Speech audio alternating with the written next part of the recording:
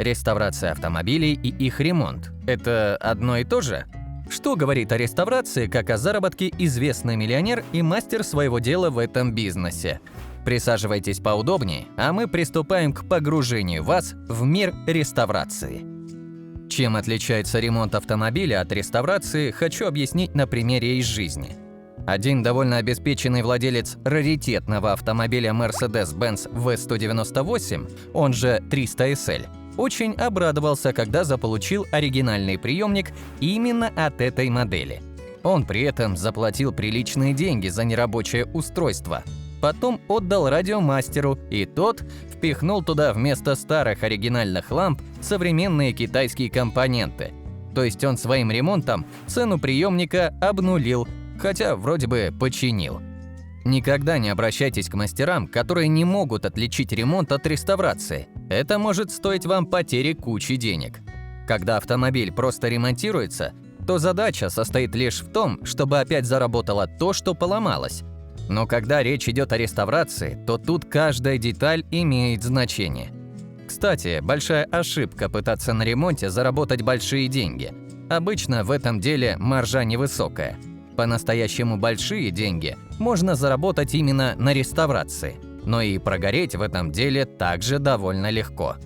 Подробнее о заработке на реставрации мы еще поговорим, но только чуть позже. Но бывает и другого вида реставрация. Там, где важны не следование деталям и соответствие истории автомобиля, а функциональность. Кто-то будет путать это с кастомизацией, но это будет тоже неправильно. Про кастомизацию поговорим как-нибудь в другом видео, а сейчас у нас другая тема. Бывают легендарные автомобили в единственном экземпляре, находящиеся в музее или вообще потерянные. И есть энтузиасты, которые либо берут донора, либо вообще с нуля пытаются создать копию. Если мы делаем копию с нуля, то это еще одно направление, которое называется создание кит-каров. Но если мы берем донора и сохраняем его внешний вид, то это уже не кит. Не кит и не кастом. Ярким примером такого вида реставрации служит серия видео проекта Binky. В 2013 году команда YouTube-канала Bad Obsession Motorsport решила реставрировать старый Austin Mini и сделать из него легендарный раллийный Turbocharged 4WD Mini. То есть их задача – сохранить по максимуму внешний вид миника и внутренность. Ради сохранения аутентичности они даже оставят гражданские трехточечные ремни, заднее сиденье и не будут устанавливать клетку жесткости. А значит, на таком автомобиле нельзя участвовать в соревнованиях. На мой взгляд, это попытка усидеть на двух стульях. Обычно, если хотят реставрировать спортивный авто, то делают такой автомобиль, в котором также можно участвовать в соревнованиях, как и в оригинале. Но авторы проекта захотели во главу угла поставить именно реставрацию по максимуму гражданского авто, на котором можно будет ездить по городским улицам. Для этого они купили старый полусгнивший миник и начали с того, что надо было все разобрать, а также очистить от ржавчины. В кузове оказалось столько дыр, что без сварочных работ было не обойтись. Но прежде чем варить, надо было обрезать все лишнее. Поскольку проект подразумевал мощность спортивного автомобиля, то родной мотор для этого никак не подходил. Ребята решили установить мотор от Toyota Celica ST185 GT4, но столкнулись с ожидаемой проблемой. Двигатель не подходил по длине. Надо было что-то с этим делать, ведь задача сохранить классический вид машины, а это усложняло проект. Пришлось полностью отрезать перед и переделывать подкапотную часть со стороны перегородки в салон. Поскольку будут спортивные колеса, то надо расширить колесные арки. И вот уже 21 эпизод и конец 2018 года. А помните, в каком году они начали этот проект? На самом деле, если реставрация делается с умом, то невозможно ее провести даже за год. Требуются годы. В этом эпизоде ребята работают над салоном автомобиля, создают центральную консоль и дверные карты. Ну и немного других мелочей. Уже на дворе февраль 2019 года. Идет установка нескольких хороших динамиков и специальной стереосистемы. Конечно, в спортивном автомобиле это лишнее, но авторы канала уже так долго работают над проектом, что решили получить удовольствие не только от езды, но и эстетическое.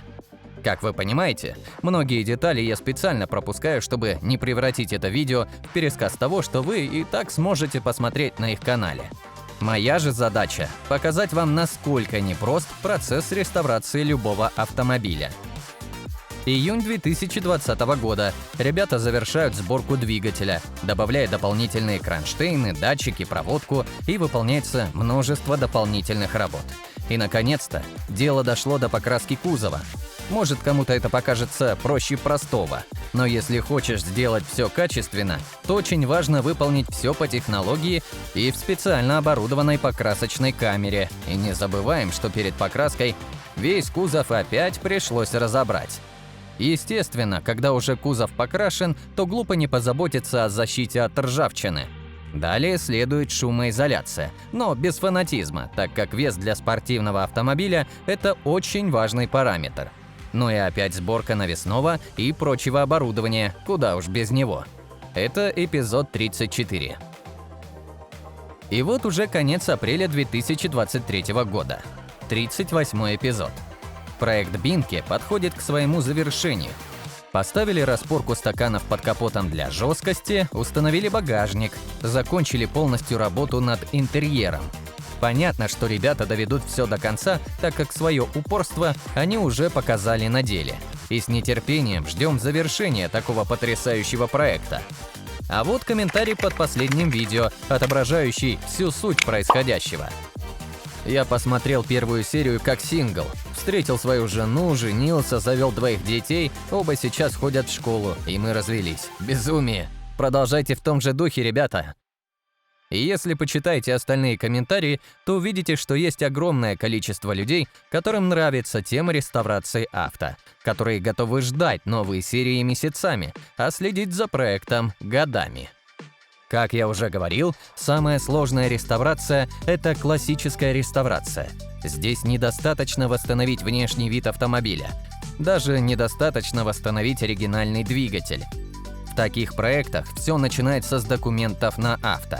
И если документы не могут доказать подлинность авто, то как бы вы ни придерживались оригинальному виду и установке оригинальных агрегатов, это бесполезно.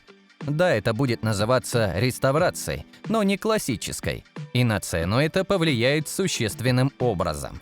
И даже если будут и документы в порядке, и все восстановлено по уму, то этого тоже недостаточно. Нужна еще экспертная оценка с сертификацией. Например, в США есть престижный конкурс Pebble Beach Concourse, где жюри проверяет каждый болтик на оригинальность. Сертификат этого конкурса поднимает цену на ваш автомобиль до небес. В таком деле очень важно иметь все документы в наличии, которые не только подтверждают подлинность авто, но и содержат историю владельцев. Если вашим авто владела какая-то знаменитость, то этот факт поднимает ценник еще выше. Конечно, если вы хотите реставрировать только для себя и никому не показывать результат, то можно многими деталями пренебречь. Но такой авто вы дорого не продадите. А если плохо следовали правилам классической реставрации, то рискуете вообще не продать такой автомобиль. Дело в том, что сам процесс реставрации очень дорогое занятие. И если не будет сверху наценки в виде уникальной истории владения, то вы потратите столько денег, что никогда не сможете окупить проект. Люди готовы платить большие деньги только за информационную надстройку над железом. Например, в Китае делают копии мерседесов G-Wagen, но никто не заплатит за них столько, сколько стоит оригинал. Или другой пример. В Корее делают замечательные авто представительского класса, которые превосходят Mercedes во всем, даже по надежности. Но никто не готов платить больших денег только потому, что это Kia. В реставрации также информация имеет решающее значение. Если ты занимаешься реставрацией 10 лет, то понятно, что этот проект заберет у тебя столько денег и времени, что никаким образом этот проект не сможет даже окупиться. Что уж тут говорить о заработке. Чтобы зарабатывать хорошие деньги, а мы говорим о сотнях тысяч долларов и более, надо подходить к реставрации совсем по-другому. И еще на старте, до покупки авто для реставрации, надо все просчитать наперед. Лично для меня в этом деле служит образцом человек, сделавший миллионное состояние на реставрации классических авто. Его имя Уэйн Карини. И прежде чем приступим к его методу заработка, давайте познакомимся чуть ближе с этой легендарной личностью.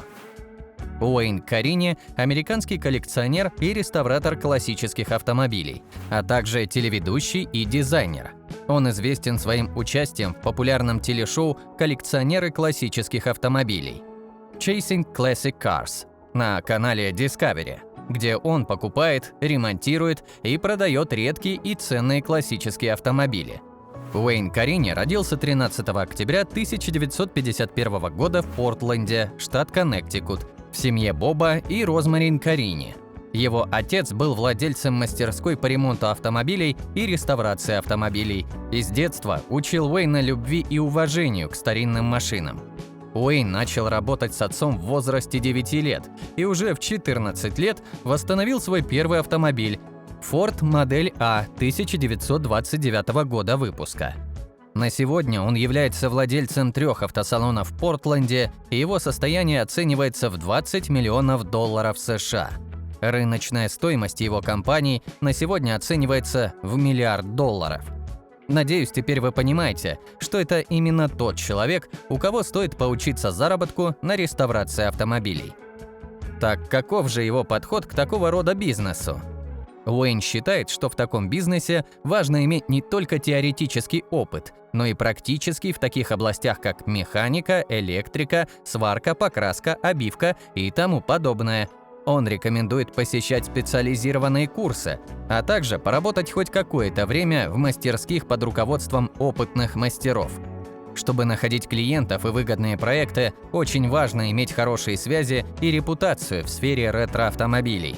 Карини советует участвовать на разных выставках, аукционах и клубах по интересам, где можно познакомиться с потенциальными клиентами и коллегами. Также важно выбирать проекты, которые соответствуют интересам, навыкам и бюджету реставратора. Уэйн Карини утверждает, что для реставрации ретро-автомобилей нужно быть готовым к тому, что придется работать с разными материалами и технологиями, которые могут быть редкими, дорогими или сложными в обработке. Он рекомендует изучать историю и характеристики каждого автомобиля, а также искать источники, где можно найти или заказать нужные детали и инструменты. Реставрация ретро-автомобилей – это довольно тяжелая и небыстрая работа, которая может столкнуться с разными проблемами и рисками. Он советует быть терпеливым, настойчивым и креативным, а также уметь адаптироваться к разным неожиданным ситуациям и требованиям. Также важно в этом деле быть честным, ответственным и профессиональным, чтобы выделиться среди конкурентов и завоевать доверие клиентов. И нельзя работать по одному шаблону. Одни автомобили требуют длительной реставрации, другие проще сразу перепродать в том виде, как есть. Также не обязательно реставрировать за свои деньги. Можно найти клиента, который хочет реставрировать авто, а потом заработать на продаже. Тогда вы заработаете на самой реставрации, а также на проценте с самой продажи на аукционе. Не бывает одинаковых и стандартных решений. Нужно быть гибким и проявлять креативность. И, конечно, крайне важно не просто постараться рассчитать все до мелочей, но и обязательно заложить в бюджет непредвиденные ситуации. Но если у тебя куча денег и ты не собираешься зарабатывать на продаже, однако ты хочешь буквально вернуть историю в наши дни, то это тоже будет реставрация, но не коммерческая. Очень ярким таким примером может служить попытка восстановить старых выставочных автобусов компании General Motors. Это была передвижная выставка под названием «Парад прогресса».